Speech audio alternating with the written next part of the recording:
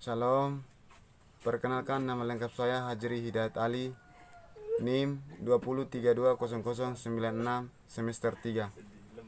Di sini saya akan mempresentasikan materi mengenai anatomi. Yang pertama, pengertian anatomi. Ana artinya bagian atau memisahkan. Tomi artinya iris atau potong. Ilmu pengetahuan yang mempelajari tentang bentuk dan susunan tubuh secara keseluruhan maupun bagian-bagian serta hubungan alat tubuh satu dengan yang lain. Yang kedua, jenis-jenis dan struktur tulang kepala dan rangka. 1. Tulang pipi atau flat bone. Contoh, tulang dada dan tulang ubun-ubun. 2. Tulang tak beraturan atau irregular bone. Contoh, tulang belakang, tulang rahang bawah, dan tulang rahang atas. 3. Jenis-jenis struktur tulang ekstremitas dan maupun bawah anggota gerak. Yang pertama, tulang panjang atau long bone. Contoh, tulang lengan atas atau pangkal lengan, tulang paha atau tungkai atas, tulang hasta, dan tulang pengumpil. Yang kedua, tulang pendek atau short bone. Contoh, tulang-tulang telapak tangan dan tulang-tulang jari tangan. Yang berikut, jenis persendian, sinartorosis, pembagian, dan contoh-contohnya. Hubungan antara tulang yang tidak memungkinkan adanya gerak. Contoh, sinartosis adalah persendian antara tulang tengkorak. Yang berikut, jenis persendian diarthrosis atau dengan segala pembagian dan contoh-contohnya. Sendi ini memiliki 3 kategori, yaitu sebagai berikut. Yang pertama, sinfibrosis, yaitu jaringan ikat yang menyatukan bagian tulang. Contohnya, seperti hubungan antara bagian sejumlah tulang tengkorak.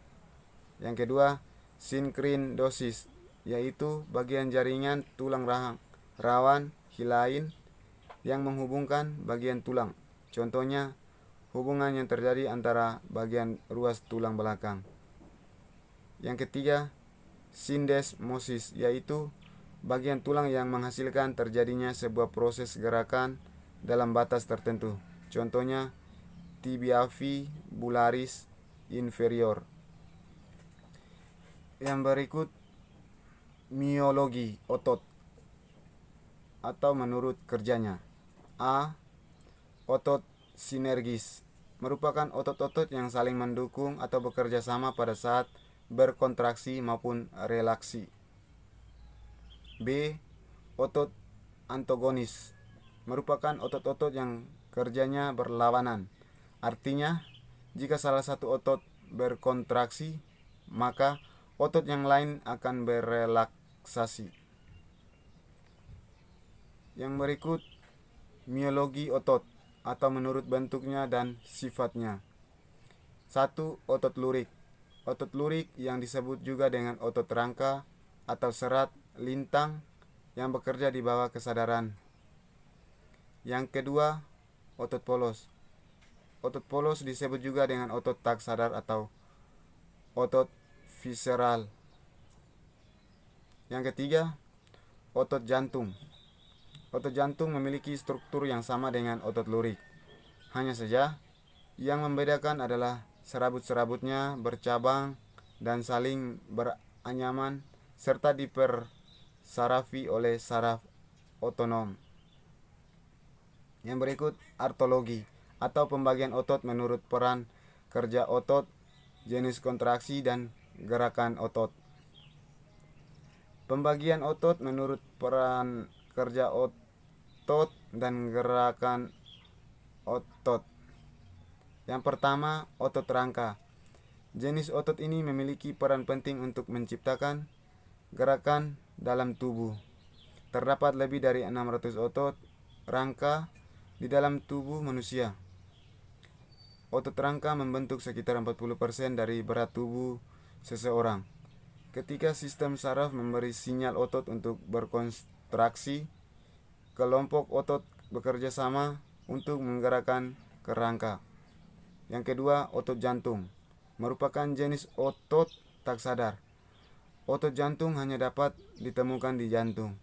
Jenis ini membentuk dinding jantung dan menciptakan denyut yang teratur dan berirama yang memompa darah ke seluruh tubuh dari sinyal dari otak.